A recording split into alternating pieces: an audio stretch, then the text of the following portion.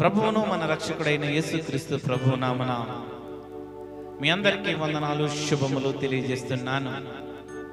అదే విధముగా యూట్యూబ్లో చూస్తున్న, లైవ్లో వీక్షిస్తున్న మా ఆత్మీయ బిడ్డలు, దేవుని బిడ్డలు, ఈ రాఫర్ రివైవల్ మినిస్ట్రీస్ని ఎంతగా ప్రేమించి ఆదరించి సహకారులుగా, స్పాన్సర్లుగా ఉన్న బిడ్డలందరికీ, వారి కుటుంబాలకు వందనాలు శుభములు తెలియజేస్తున్నాను. మిమ్మలను, మీ కుటుంబాలను దేవుడు దీవించును గాక, ఆశీర్వదించును గాక. ఇదేనా మనము మొట్టమొదటిగా ఇదేనా మన ఫాదర్స్ డే జరుపుకుంటున్నాం. ఫాదర్స్ డే జరుపుకుంటున్న తండ్రులందరికీ కూడా రాఫర్ రివైవల్ మినిస్ట్రీస్ తరపున శుభాకాంక్షలు, వందనాలు, వారి కుటుంబాలకు శుభములు తెలియజేస్తున్నాను. ఈ ఫాదర్స్ డే దినమున మనము జ్ఞాపకం చేసుకుంటే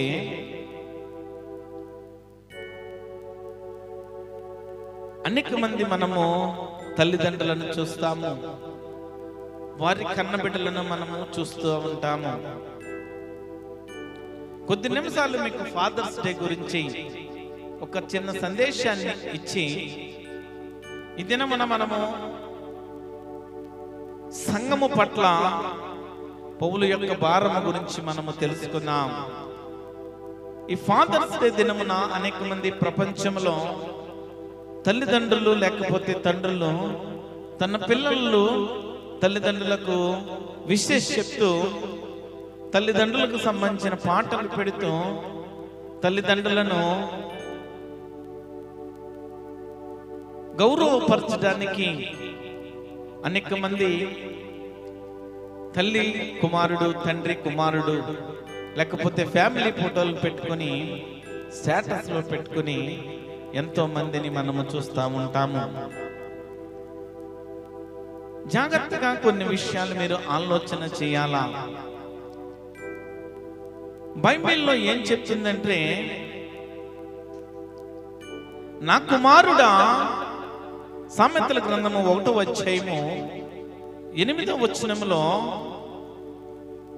నా కుమారుడా, నీ తండ్రి ఉపదేశము ఆలకింపుము, నీ తల్లి చెప్పు బోధను త్రోసివేయకుము.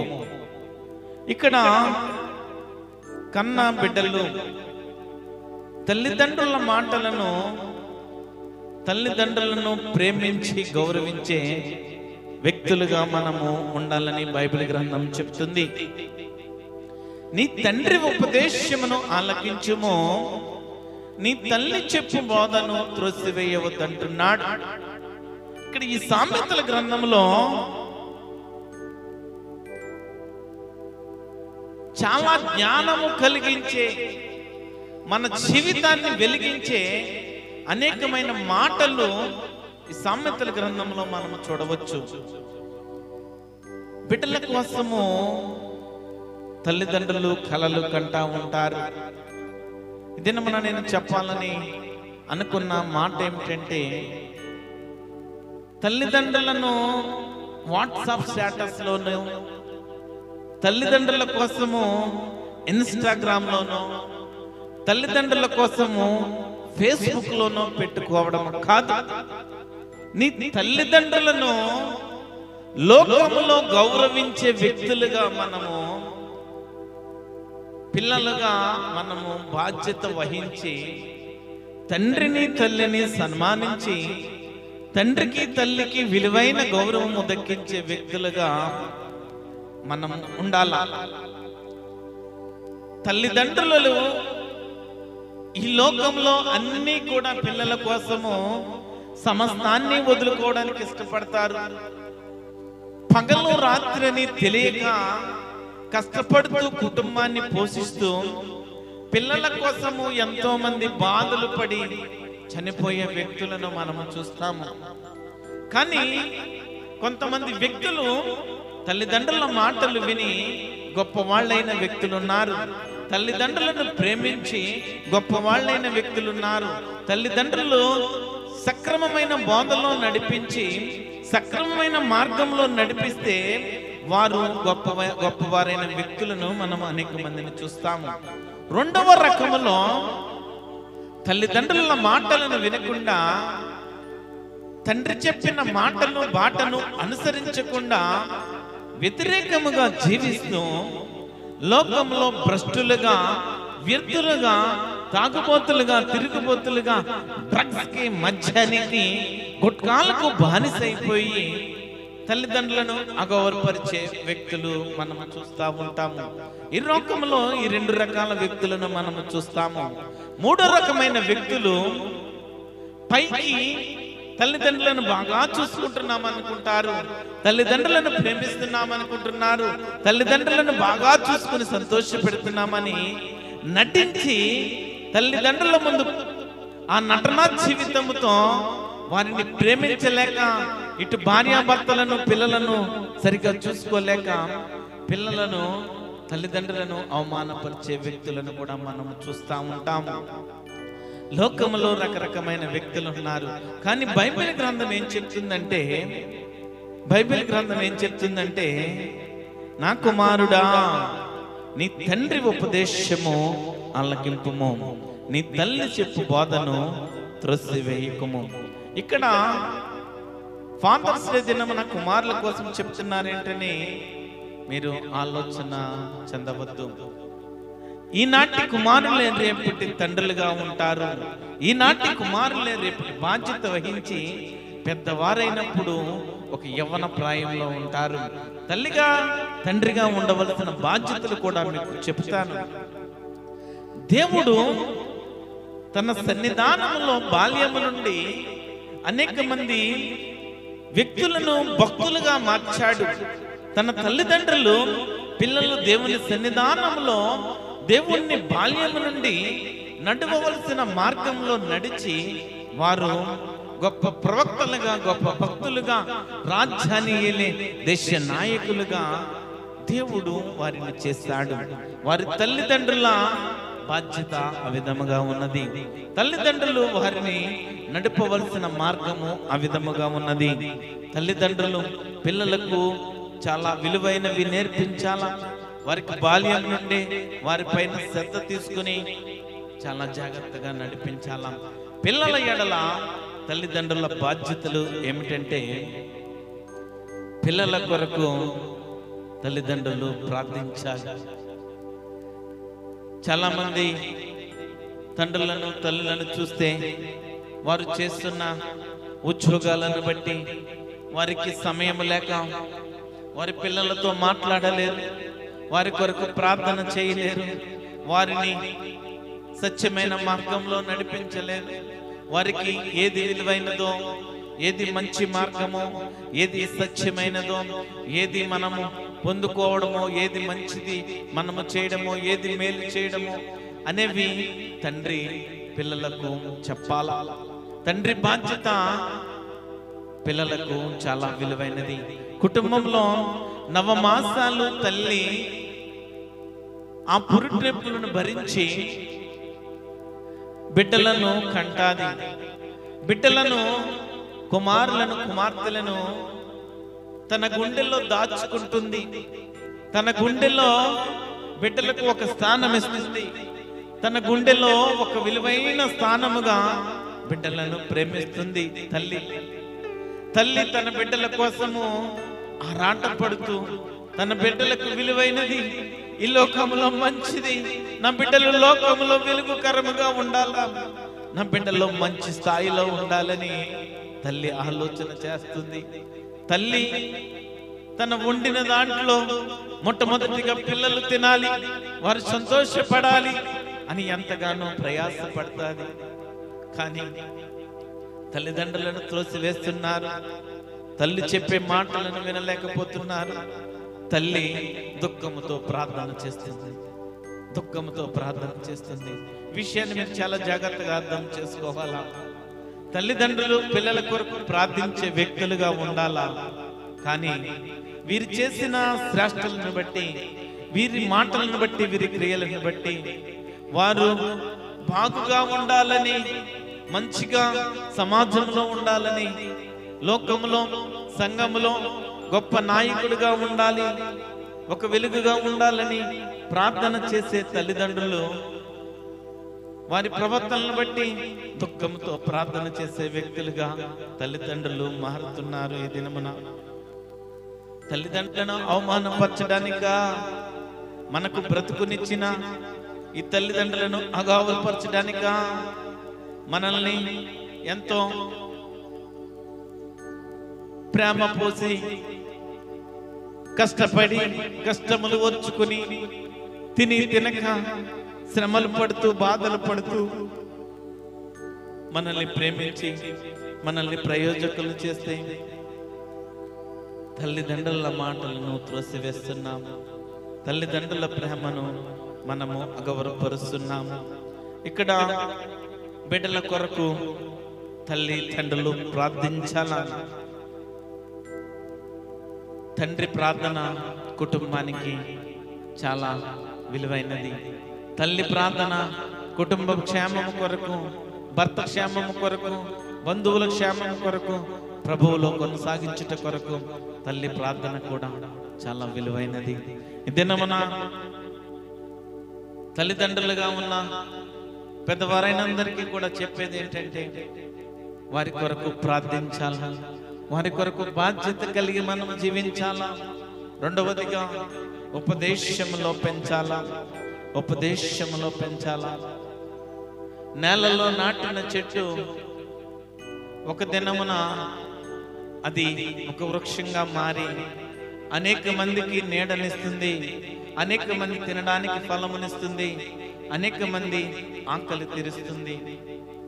నీవు చెప్పే బోధ, నీవు చెప్పే పిల్లలకు ఉపదేశము, నీవు చెప్పే మాటలను బట్టి వారు పిల్లలు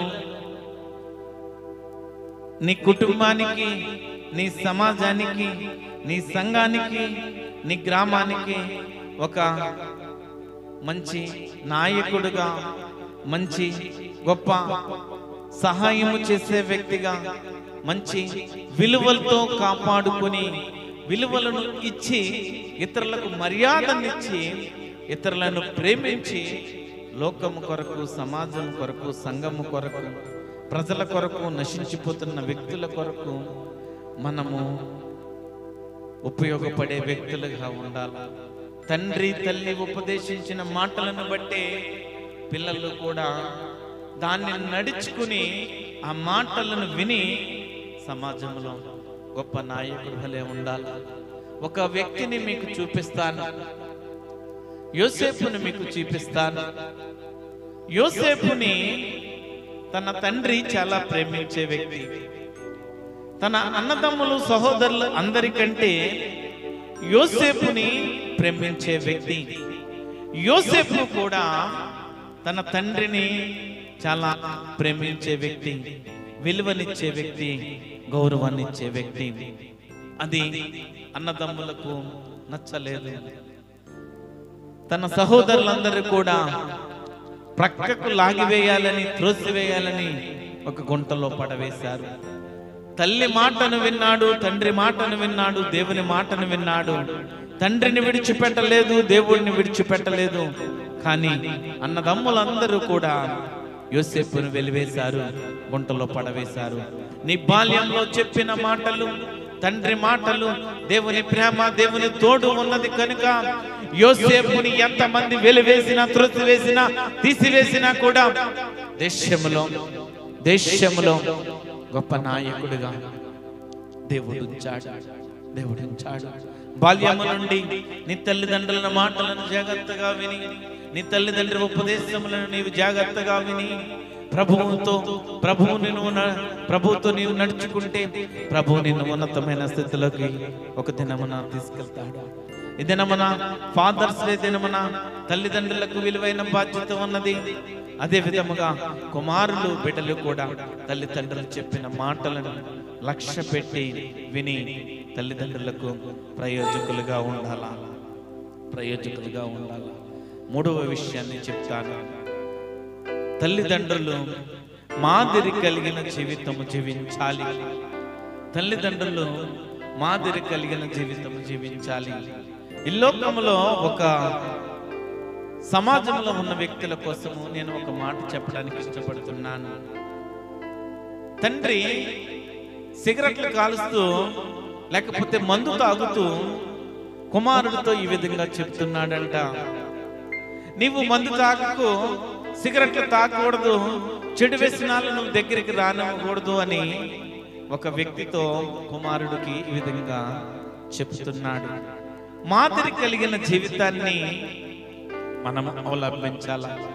మనము మందు తాగుతూ, మనము చెడు పనులు చేస్తూ, చెడ్డ పనులు చేస్తూ బిడ్డలకు ఇది చెయ్యవద్దని చెప్తే వారు చేయకుండా ఉంటారా? ఒక సామెత ఉంటుంది, తల్లి చేలో మేస్తే దూడ ఎందులో మేస్తుంది? దూడ కూడా చేలోనే మేస్తుంది, అది గట్టున మేయదు.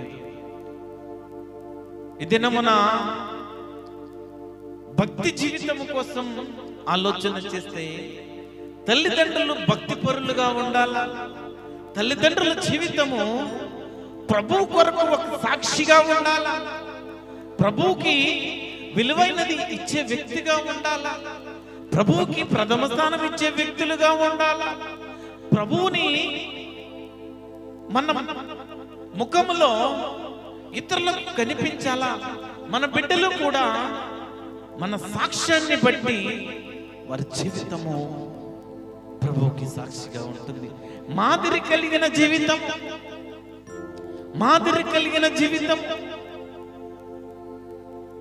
మనము ఒక మాదిరి, ఒక గురి చూపించాలా. యేసుక్రీస్తు ప్రభు అంటున్నాడు, నేనే మార్గము, నేనే సత్యము, నేనే జీవం అంటున్నాడు. ఆయన తన బిడ్డలందరికీ, తన విశ్వాసులందరికీ, తన శిష్యులందరికీ మార్గాన్ని చూపించాడు. సత్యమైన మార్గాన్ని చూపించాడు. సత్యమైన విలువలను ఇచ్చాడు. సత్యమైన బోధను ప్రకటించాడు. ప్రకటించి లోకములో మనల్ని, నేను లోకాన్ని ఎంతో ప్రేమించాను, మీరు కూడా లోకమును ప్రేమించమంటున్నాడు. లోకమును ఎంతో క్షమించాడు, మనల్ని కూడా క్షమించమంటున్నాడు. ఆయన యేసుక్రీస్తు ప్రభువు మాదిరి ఉంచాడు. లోకానికి, విశ్వాసులకు మాదిరి ఉంచాడు. తల్లిదండ్రులుగా మాదిరి కలిగిన జీవితము మనము మన పిల్లలకు చూపించాలి. జాగ్రత్తగా ఆలోచన చేయండి. ఈ ఫాదర్స్ డే దినమున తల్లిదండ్రుల జీవితము చాలా విలువైనది. పిల్లలను ప్రయోజకులుగా చేయడానికి, పిల్లలను గొప్పవారిగా చేయడానికి దేవుడు మనకి అవకాశం ఇచ్చాడు.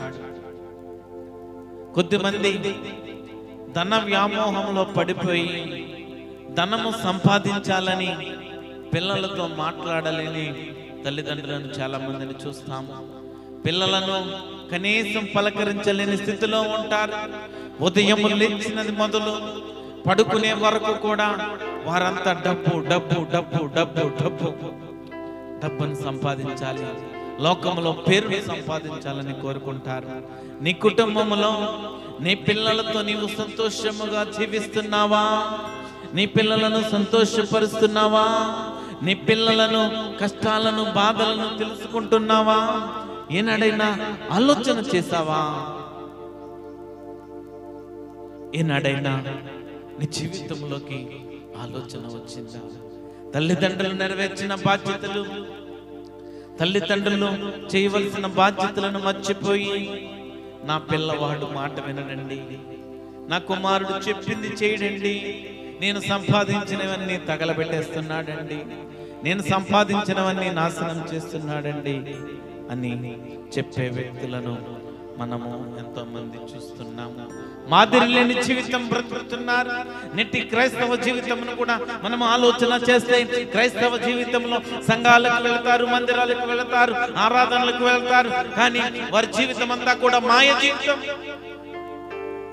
మాదిరి కలిగిన జీవితం ఉండదు. మందిరములో ఉన్నంత సేపు వారి భక్తి జీవితాన్ని కనపరుస్తూ ఉంటారు. మందిరములో నుండి ఇంటికి వచ్చిన తర్వాత వారి సినిమాలు చూస్తూ వ్యసనాలకు బానిసైపోయి తిట్లతో బూతులతో కుటుంబాన్ని వారి చెడగొట్టే వ్యక్తులుగా ఉన్నారు. మాయా జీవితము, మాదిరి కలిగిన జీవితాన్ని ప్రభువైన యేసుక్రీస్తు మనకి ఇస్తే మన జీవితంలో మాయ, అంత మాయ, అబద్ధపు జీవితము, నటించే జీవితము, నటనా జీవితము, వ్యక్తులుగా బ్రతికే జీవితాన్ని మనం బ్రతుకుతున్నాం.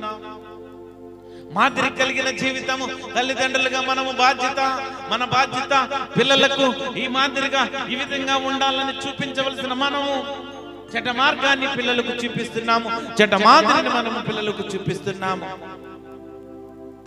నాలుగవదిగా పిల్లల కొరకు ఆస్తిని, డబ్బును సమకూర్చాలి.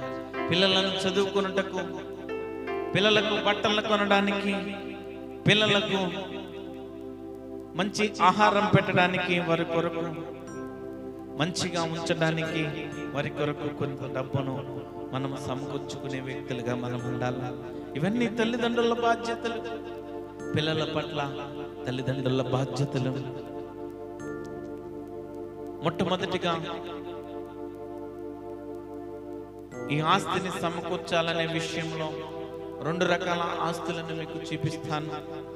ఒకటి లోక సంబంధమైన ఆస్తి. లోక సంబంధమైన ఆస్తి అంటే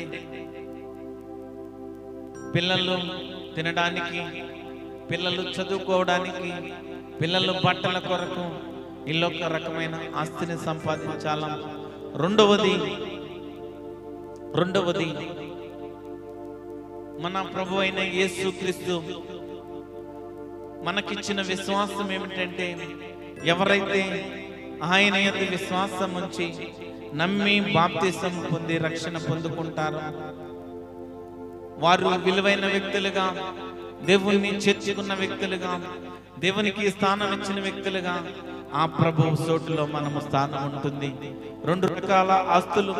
మొదటిది లోకము కొరకు, రెండవది మన ప్రభు అయిన యేసుక్రీస్తు విశ్వాసం అనే గొప్ప ఆస్తినిచ్చాడు, రక్షణ అనే గొప్ప ఆస్తినిచ్చాడు మనకి. సహవాసము, దేవుని సన్నిధి, పరలోక రాజ్యంలో మనము ఆయనతో ఉండడానికి. ఈ 2 ఆస్తులను మనం జాగ్రత్తగా చూస్తే, మొదటి లోక సంబంధమైన ఆస్తుల కొరకు మనం ఆలోచన చేస్తే, లోకంలో చెడ్డ పనులు చేసి సంపాదించమని కాదు, మోసము చేసి సంపాదించమని కాదు, కష్టపడి సంపాదించమని ప్రభువు చెప్తున్నాడు. నీ కష్టార్జితమును బట్టి నువ్వు చేసిన కష్టమును, నీవు చేసిన కష్టార్జితమును నువ్వు అనుభవించాలంటే న్యాయముగా కష్టపడి పని చేయి. ఇతరులను మోసం చేస్తూ, ఇతరులను అన్యాయం చేస్తూ నీవు కష్టపడి మోసము చేసి బ్రతికితే ఆ ప్రతిఫలము నువ్వు తినలేవు. ఆ ప్రతిఫలము నీవు తినలేవు. ఈ 2 రకాల ఆస్తులు, ఈ 2 రకాల ఆస్తుల కొరకు తల్లిదండ్రులు బాధ్యత కలిగి జీవించాలి. మొట్టమొదటిది లోకములో బిడ్డలను చదివించడానికి, తిండి పెట్టడానికి, వారికి బట్టలు కొనడానికి లోకపు ఆస్తిని సంపాదించాలి. రెండవది ప్రభు అయిన యేసుక్రీస్తు అనే గొప్ప ఆస్తిని, ఆయన భక్తిని మనం సంపాదించుకునే వ్యక్తులుగా మనం ఉండాలి. నాలుగవదిగా, ఐదవదిగా క్రమశిక్షణలో పెంచాలి.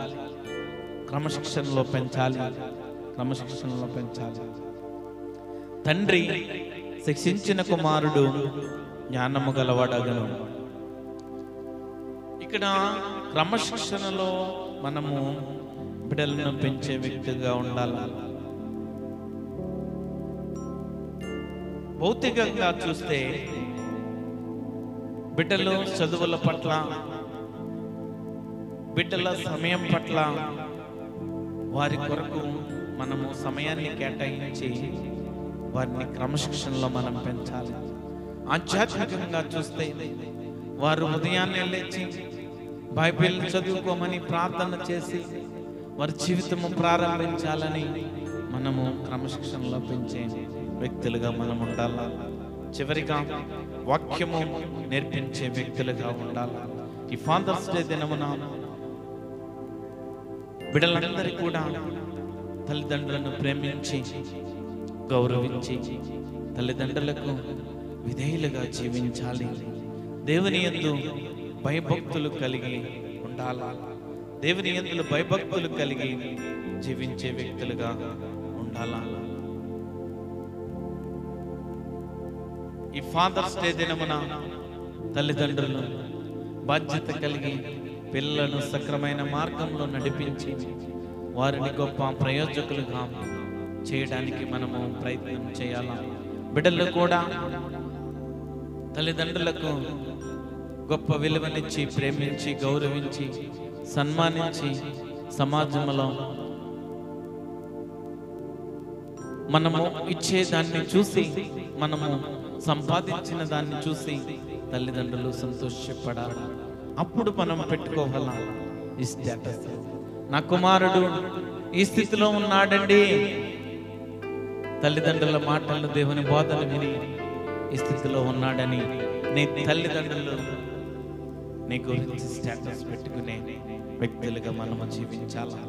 మరొకసారి మీ అందరికీ కూడా, తల్లిదండ్రులందరికీ కూడా ఈ ఫాదర్స్ డే దినమున కృతజ్ఞతలు శుభాకాంక్షలు తెలియజేస్తున్నాను. ఈనాటి